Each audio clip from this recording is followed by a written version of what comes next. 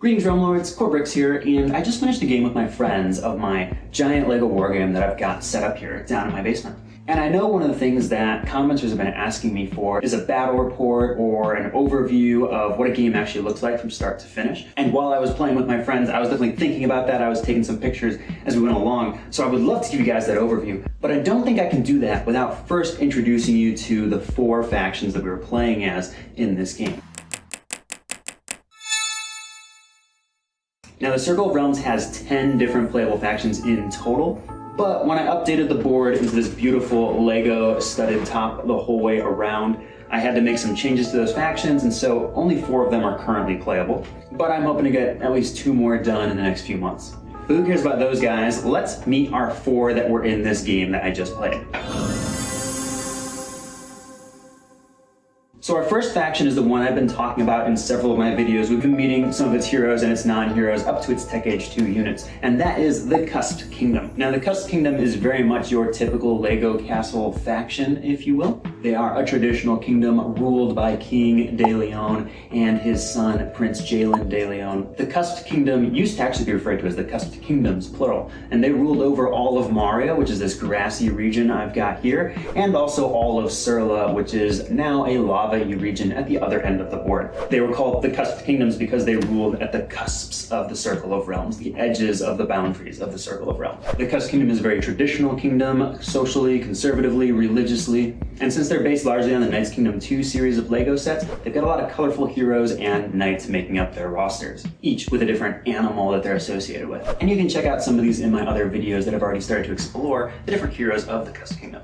Now, I'm not going to take you through their roster today or anything like that, but I do need to explain how this kingdom works, how this faction operates, because every kingdom has some unique things about it. They've all got some traits and bonuses. Traits are always active for your faction no matter what.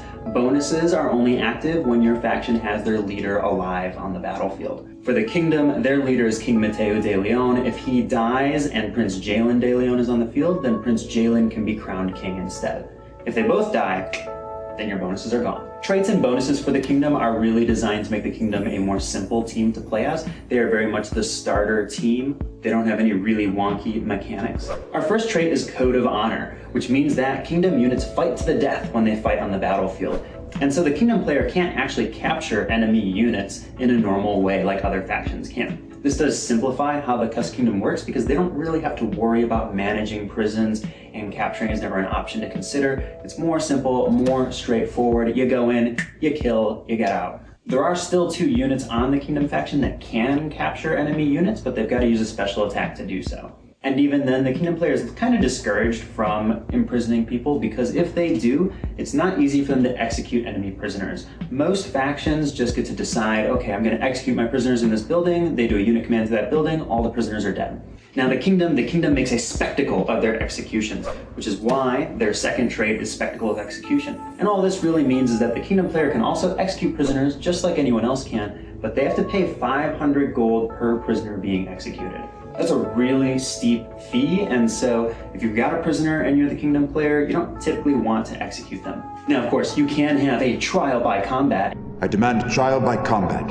And fight them to the death with units around them.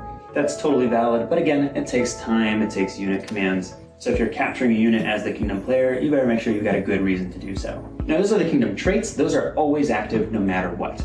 Now, if we head over to our kingdom bonuses, they only have 1 bonus, but it's a very good bonus. And this bonus is called Righteous Quest. So in the Circle of Realms, there are 4 different, I used to call them witches, but I'm thinking I now call them clients. I don't know, there's probably a better word for that. But these are 4 individuals in the Circle of Realms. There's 1 in each region, and they give quests to each player. Quests give you a little objective as a faction or a big objective as a faction. They give you something to aim towards in the game that's a little bit more concrete than just obliterate the enemy player. And when you complete a quest, you get to draw quest cards. And these things are pretty good too. We'll see as I go through the overview of this game what quest cards can do because there were a few of them that really changed the way this game was going. Now the Kingdom player has this Righteous Quest bonus. And what Righteous Quest means is that whenever the Kingdom player is drawing a new quest, they get to draw 2 quest cards actually and pick which one they want. This is an incredibly good bonus if you are completing quests in the game. It's so good that in the last game I think I need to rebalance it a little bit, but I've got to think more about exactly how to approach that. Righteous Quest doesn't stop there though. It also means that whenever you draw your reward cards, you get to draw 1 extra reward card as well and then pick from all the reward cards you've drawn. So the Kingdom player has a big advantage on questing in the Circle of Realms. And I like this because it kind of fits this aesthetic of we have this royal kingdom and they do quests just like a good knight should for their code of chivalry. What is your quest? To seek the Holy Grail. And none of this really ends up making anything more complicated for the Kingdom player. All of this simplifies how the Kingdom faction is played, and it gives them a little bit more flexibility with quests. They don't get stuck with a quest that's really hard for them to complete, or a quest that's just not very desirable for them. Now, our other 3 factions are totally new to you guys. Even if you've been watching all my videos in this channel, I haven't really talked about the other 3 at all. We've seen a couple of their units, but nothing deeper than that. So who are these factions? Well, let's start off by talking about why it is just the Cusped Kingdom and not the Cusped Kingdoms. Because one of those kingdoms splintered off and formed their own faction, and this faction is the Tyranny of Anakria. The Anacrians live in a place called Surla, and that place used to look a lot like this. And it used to be nice and lush and green and happy little paradise, though one bordering a little bit more of an African savanna rather than this more like prairie, European forestland sort of look over here. But then a cataclysmic event happened known as the Black Summer, when a volcanic eruption tore open the land in Surla, turning it from a beautiful, lush area into a volcanic wasteland. And the kingdom was very slow to respond and help out the people of Anakria, and so the Anacrians declared their independence, declared war on the Cusped Kingdom, and they learned how to help themselves when no one else would help them.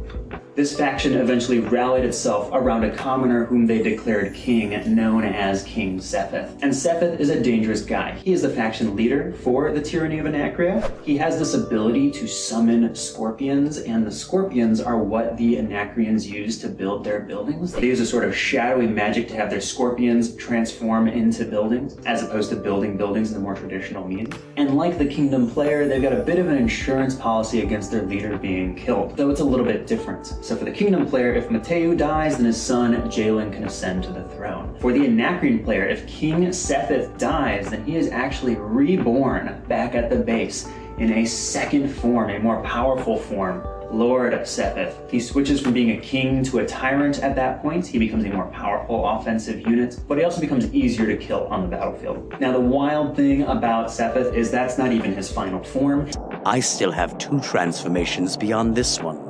If he dies again, then he can come back a 3rd time in the Circle of Realms, making him the hardest to kill hero in the entire game. Now, outside of Setheth, Anakria also has its own shadow court of evil knights, and these take advantage of some of the more sinister Lego Castle minifigures that we've seen over the course of the years. So, what are the traits that Anakria has? So the traits are always active. Even if Setheth has died all of his stages through, these traits stick around. The first trait is Soldiers of Shadow.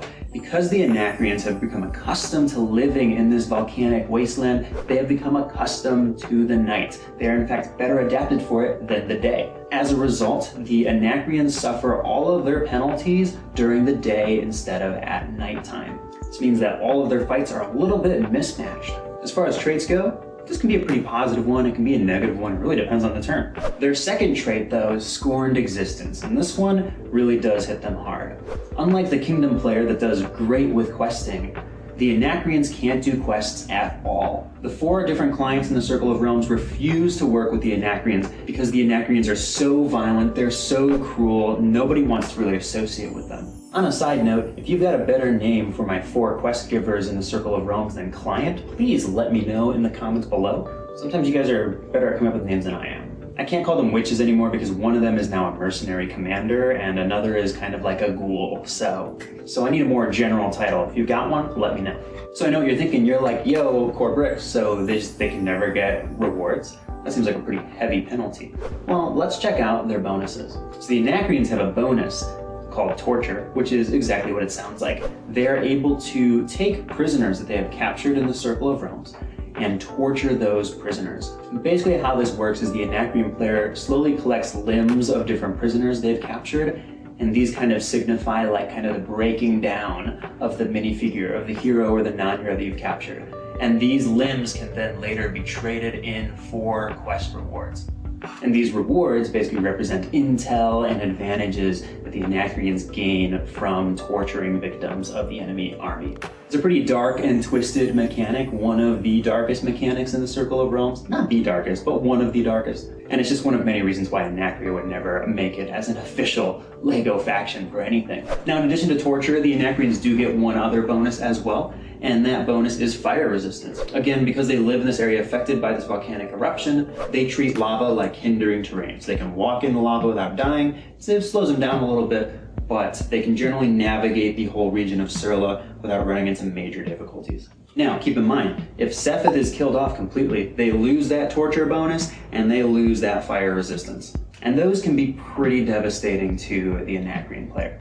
Now, I want to pause for a moment to acknowledge the fact that you might be a little bit more curious about this game. You want to see more about it than I have released so far. You can check out these 4 faction pages of their information, and you can see the different units that I have released in videos so far at my website. But there actually is a fuller website that I use for my players, and that website has every faction's unit on it. It's got the neutral units as well, and it's got the full rulebook from start to finish. I'm definitely not releasing this to everybody yet because I'm refining things, I'm changing things as they go, and I would like to not make too many correction videos about rules and stuff that I adjust as things go on. But if you are interested in seeing the Circle of Realms at its full extent, everything that I have done and published to my players at this time, then consider joining my Patreon. Because starting last week, I gave my Patreons access to that full website. And there you can see, for example, the other Knights of Seth's Shadow Court and other units they'll be talking about later on. But of course, if you're patient, as long as I don't run out of stamina, all of this will be released eventually. All right, that's 2 factions down. Now let's take a break from the mainland and head over to this ocean space right behind me, because that's going to be where our 3rd faction starts off. Not on the mainland itself, but actually on a boat at sea. This faction is known as the Wyrmland Raiders. The Wyrmland Raiders are a mysterious faction to the other factions in the Circle of Realms because they are not native to the Circle of Realms. It's unclear where they come from. They might come from a faraway continent that's plagued by constant war, or maybe they come from a small island that's not too far off the coast, but one that has not been located by any of the mainland travelers. Wherever they come from, at the start of the game, they are on their way to the mainland. They are sailing in on a raiding party. This faction is not based on LEGO Castle or Knight's Kingdom. They are based on the LEGO Vikings run of sets. Although just about everything from those sets has been heavily modified for the Circle of Realms. Now the Raiders are a very interesting faction because they don't function like the others do at all. For both the Cusped Kingdom and Anakria and just about every other faction in the game, your mechanics might be different, but your overall goal is the same. You're going to build buildings, you're going to research technologies, you're going to advance your way all the way up to Tech Age 4 if you can, get all your units on the field and crush your enemies. That's your overall goal. Although in reality, things always come up that keep you from that goal.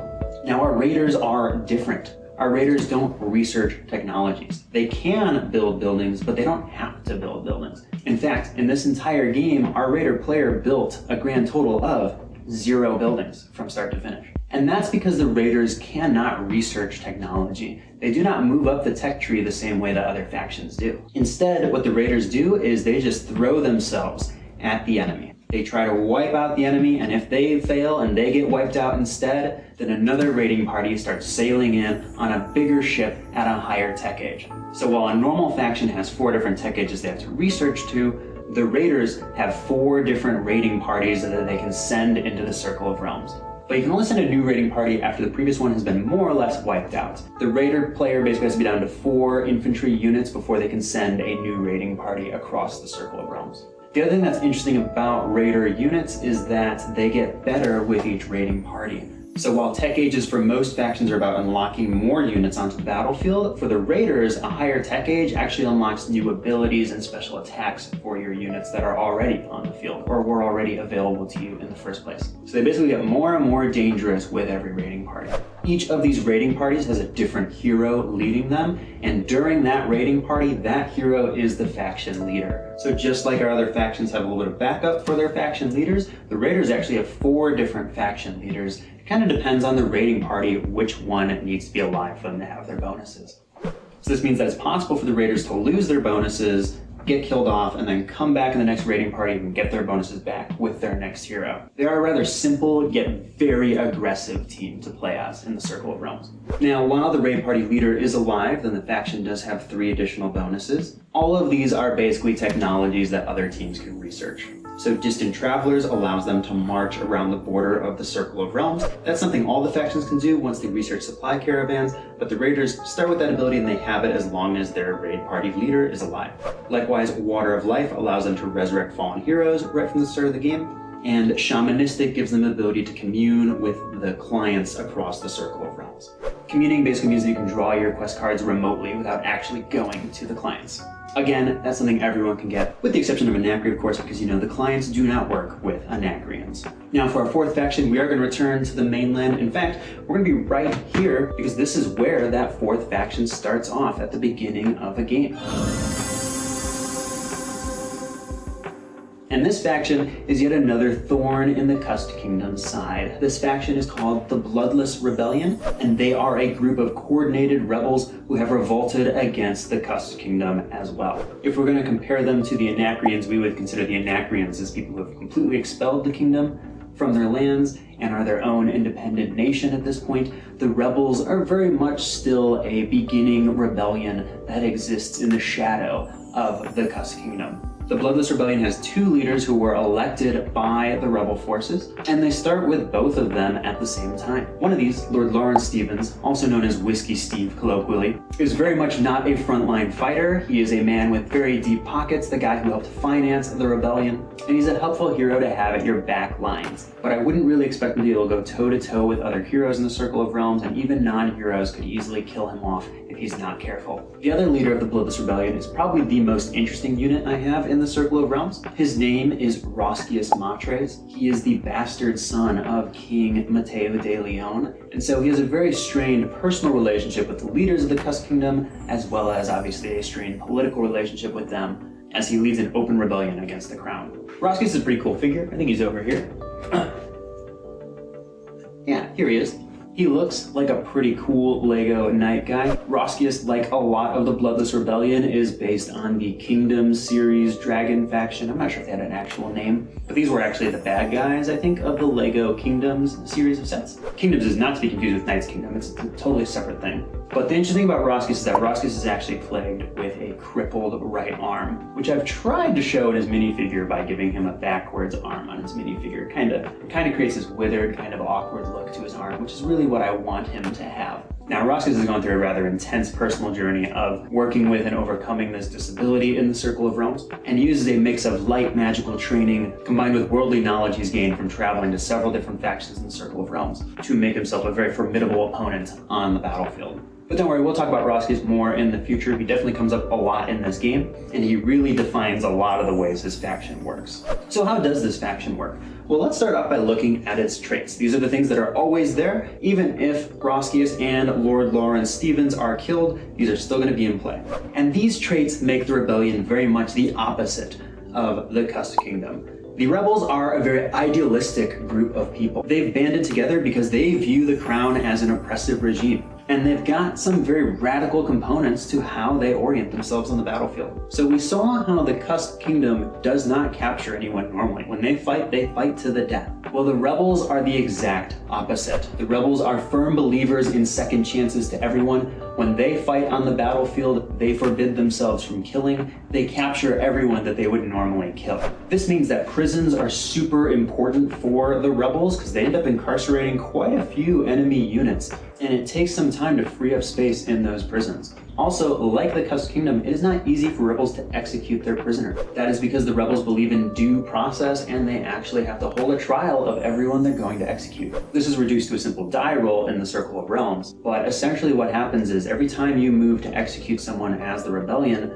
there's a chance that you might not be able to execute them that turn because you didn't roll high enough. There's also a very slight chance that instead of executing that prisoner, you actually release them and send them back where they came from. You find them innocent of crimes against the people of the rebellion. These are some pretty cumbersome faction traits. These really change the way the rebels think about fighting and their engagements. And it also changes the way the rebels think about their base, because their base isn't just a place where they recruit units, it is the only way they're able to hold units that they defeat on the battlefield. Now, Why on earth would you take on those traits, or really these disadvantages? Well, just like the leader Heroscape has learned to work with his disabled arm, the rebellion has learned to work with these restrictions they've imposed upon themselves. Which brings us to their key bonus, which is noble cause. And what this means is that when people fight against the rebellion, people are inspired by what the rebels stand for. People see how oppressive the crown is. People see how horrible Seth's Tyranny of Anakria is. Even the raiders can see that maybe there's more to life than just pillaging and attacking innocent people.